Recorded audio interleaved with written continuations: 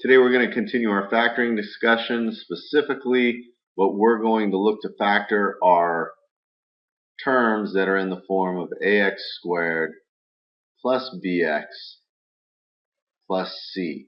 However, all of our terms today will have an a value equaling 1. Now what I've done for you is I've listed some binomial products to the left and their multiplied FOIL terms to the right. And what I'd like you to do is take a minute to look at the relationship between the numbers in the binomials and their products and the specific numbers in the multiplications. You'll notice that I have a positive 6 and a positive 2 here, followed by, once they're multiplied out, an 8 and a positive 12 here. I have a negative 5 and a positive 8, followed by a positive 3 and a negative 40, positive 4, negative 9, followed by negative 5 and a negative 36, and finally negative 3 and a negative 7, followed by a negative 10 and a positive 21. So what is that pattern? Well, if you look closely, you'll notice that the C term, or the constant term in this case, is the product of the two terms in the factored term. You'll see that this middle term, or the coefficient in front of x, we call it the B term, is the sum of the two numbers in the factored term. In each of these, you'll always lead with an x and an x because that's the only way you're going to get a FOIL of an x squared to begin with. So this is going to be exactly what we're going to look to factor these terms into. They're going to start as a trinomial, and we're going to break it up into two binomials such that we lead with two x's, and then the relationship between the two terms in the trinomial is going to be, we're finding two numbers such that they multiply to the constant term and add to what we call the middle term or the B term. So let's do a series of problems. We're going to factor each of these trinomials into two binomials such that our leading term is x, and now we're going to look for two terms that multiply to 5 and add to 6. Now, there's only two terms that multiply to 5, and that's 5 and 1. And the question is, do 5 and 1 add to 6? The answer is yes. I need a positive 5, and the only way to get a positive 5 is to have two positives or two negatives.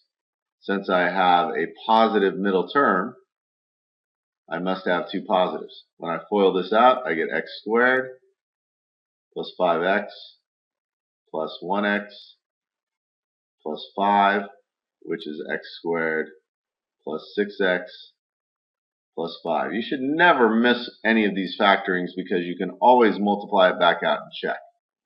Let's do the next problem. I'm looking for two terms that multiply to 9 and add to 6. I lead with my two x's. Two terms that multiply to 9. Well, I've got a couple of choices. I've got 1 and 9, and I have 3 and 3. Now, the only one of these that add to 6 is the 3 and 3. So I'm going to guess I need a 3 and a 3. The only way to get a positive 9 is either two positives or two negatives. Since I need a positive 6, I'm going to go with two positives. If I FOIL that out, I get x squared plus 3x plus 9.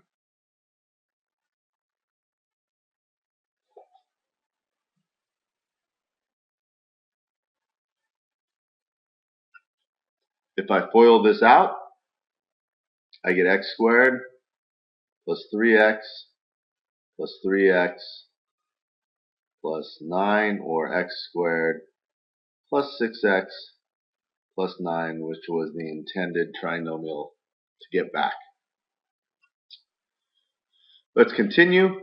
These are going to be a little bit more difficult now. I need two terms such that they multiply to 15, add to -8. Well, what multiplies to 15? I've got 15 and 1, and I've got 3 and 5. The only one of these that stand a chance of getting an 8 are 3 and 5. And the only way to get a -8 from 3 and 5 is to have two negatives. So I lead with my x's. I get a 5 and a 3. And I need the -8, so they must be both negative. Therefore, I have x squared minus 5x minus 3x plus 15, which is x squared minus 8x plus 15. Done. Next, I need to find two terms that multiply to 30, add to 1, and you'll notice the multiplication to 30 has to be a negative. The addition has to be a positive 1. So what multiplies to 30? Well, I can list those numbers out. I can say I've got 30 and 1, I've got 2 and 15, I've got 3 and 10, and I've got 6 and 5. Now, if you see the answer right off, you don't have to go ahead and list all these multiplications out. You can simply just take and write the answer down if you know it. But this tends to help. Well, I'm looking for one of these combinations to somehow add or subtract to 1. There's no way I'm going to get a 1 out of a 1 and 30, or a 2 and 15, or a 3 and 10. However, I notice that if I take the 6 and the 5 and make the 6 positive and the 5 negative, I add to 1. So I'm going to say, well, then that's x plus 6 and x minus 5. In foiling that, I get x squared plus 6x plus, negative 5x, cheated a little bit there, minus 30. 6x negative 5x is x.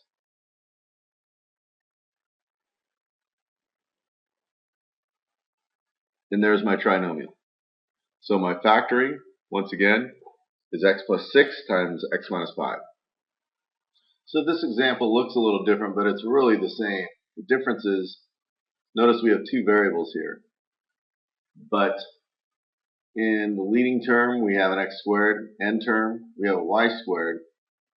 We can still ask ourselves what multiplies to 21 of the negative type and adds to a -4, except when we write our two binomials, we'll have x and x because we're going to FOIL to check. And then in the end, we should have a y and a y because we want a y squared on our last term. And what multiplies to 21 adds to -4, that's a 7 and a 3, where the 7 is a negative and the 3 is a positive. So when I FOIL this, there's x squared, there's negative 7xy, there's positive 3xy, and there's a negative 21y squared, leaving me with x squared minus 4xy minus 21y squared, which checks the original. Let's go ahead and do one more. Find out what multiplies to -24, adds to -10. Again, I'm just going to list all the possible multiples.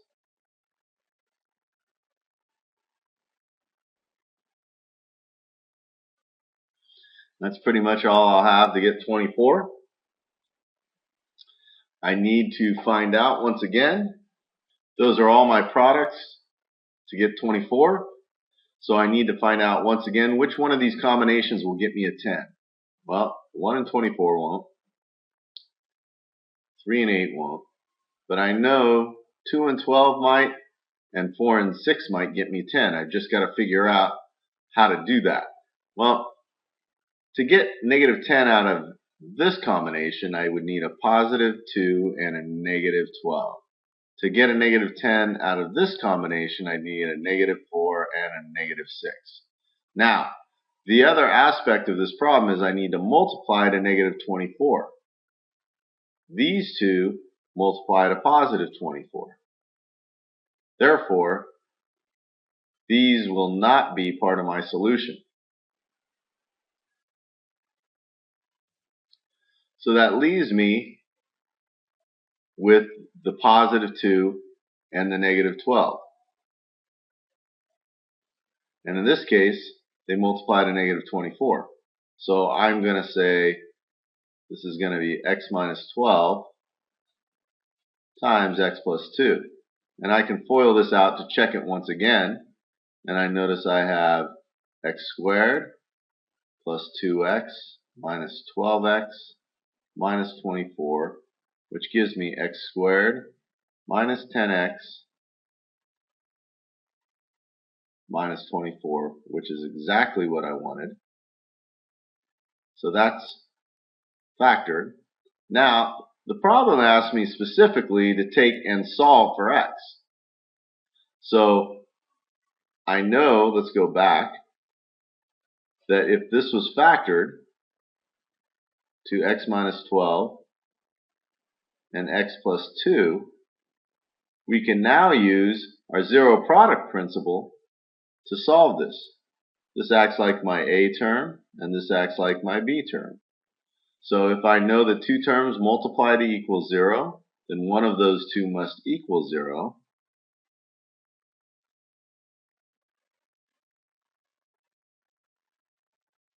And these are both pretty easy to solve. I add 12 to both sides here, and subtract 2 to both sides here, getting x equals 12, or x equals negative 2. And again, you can check both of these if you'd like. It's really easy to plug into our factored form and check that they multiply to equal 0, but you probably want to go back into your original, at least for one of them. So let's plug a negative 2 back into my original. I get negative 2 quantity squared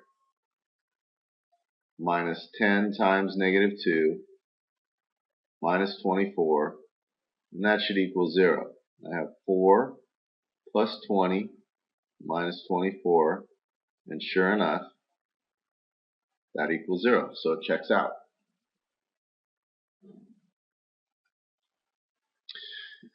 Here's another solve for x problem, except in this problem, I don't have a side set equal to 0. And anytime we have a squared term in our problem, at this point, we want to take and turn it into a trinomial set equal to 0. So I'm going to subtract 20x from both sides. And there are no like terms, so what I'm left with is x squared minus 20x plus 36 is equal to 0. Now in this case, I want to try to factor this trinomial. I need to find out what multiplies to 36, adds to negative 20. So let's get our multiples of 36. 36 and 1, 2 and 18, 3 and 12, 4 and 9, 6 and 6. And I want to get a negative 20 by adding or subtracting. 1 and 36 is not going to do that for us. Here's a possibility of 2 and 18. 3 and 12 aren't going to do that. 9 and 4 aren't. 6 and 6 aren't. So it looks like 2 and 18 are my only options, and I need a negative 20, which means both need to be negative. So I'm going to multiply x minus 2 times x minus 18 and set that equal to 0. Again, our zero product principle says that x minus 2 must equal 0, or x minus 18 must equal 0. Add 2 to both sides, get x equals 2, and add 18 to both sides, get x equals 18. So once again, the big deal in this problem is when solving any kind of what we call a quadratic set of equations, we want to set things equal to 0, factor, and then use the zero product principle.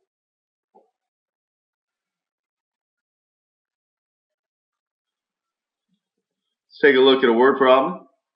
And this person wants to build an art studio that's 3 times the area of the old studio by increasing the length and width by the same amount. So what are the new dimensions of the studio? Well, we know the new dimensions, if you look, are this long by this wide. So that will give us an area. Your original area is 10 by 12, or 120. The new area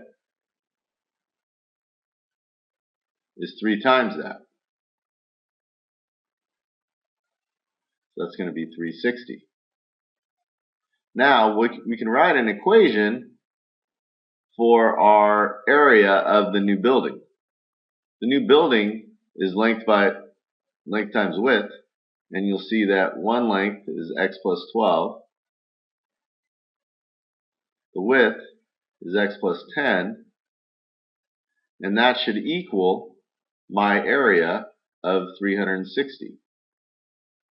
And we want to solve this. Now, it looks like this is set up in that factored zero product principle. However, 360 is not equal to 0. Therefore, I can't say x plus 12 is equal to 360 and x plus 10 is equal to 360. In fact, I have to multiply these binomials out. So I get x squared plus 12x plus 10x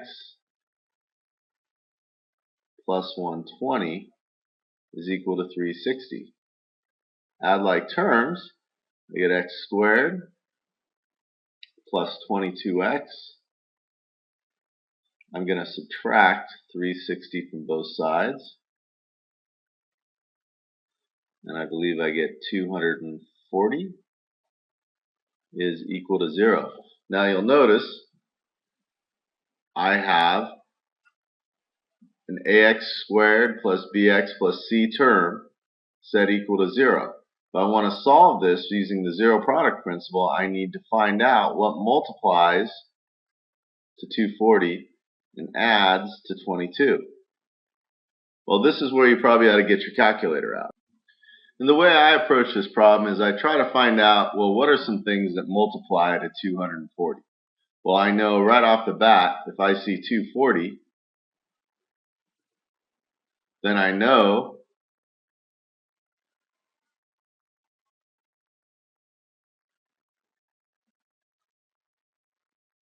so the way I approach this is I want to find out a couple of things that multiply to 240. When I see a 0 at the end of any kind of number, I know 10 goes into that number. So my first guess would probably be 10 and 24.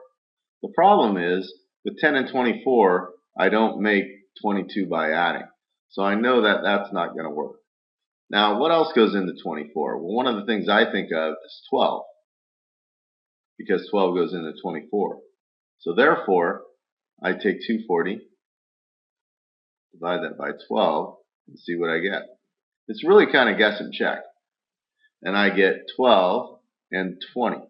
So I have 12 and 20. And 12 and 20 is not going to give me any form of 22 either. So I know that's not going to work. So then the next thing I think of is what else goes into 24? Well, I know 8 goes into 24. Let's try 8. So I divide 240 by 8, and I get 30. And I look and I say I've got an 8 and a 30. Can I get 22 from that? Well, this looks like a good prospect, because I know that in this case I have a positive 30 and a negative 8. I get a positive 22. So if I take x minus 8 and x plus 30, I'm going to get my 240 and add to my 22. Now I can use my zero product principle and say x minus 8 equals 0, and x plus 30 is equal to 0. Add 8 to both sides, get x equals 8. Subtract 30 to both sides, oops, get x equals negative 30. Now only one of these would make sense as an answer. Because we're talking about the sides of a studio or a dimension, the negative number makes absolutely no sense. So really, my answer is 8 as far as my new lengths go. So therefore, I know my new dimensions are 10 plus 8, or 18, and 12 plus 8, or 20. And that should multiply together to get 360, and it does. So things are becoming a little more difficult. As you can see, this type of factoring involves a lot of guess and check work, and you're just going to have to be patient. You'll have a calculator for this whenever I ask you to do it. So just keep working at it, and I think you'll get stronger and stronger as the days go by. Make sure you write your lesson summary and answer the questions below. See you tomorrow.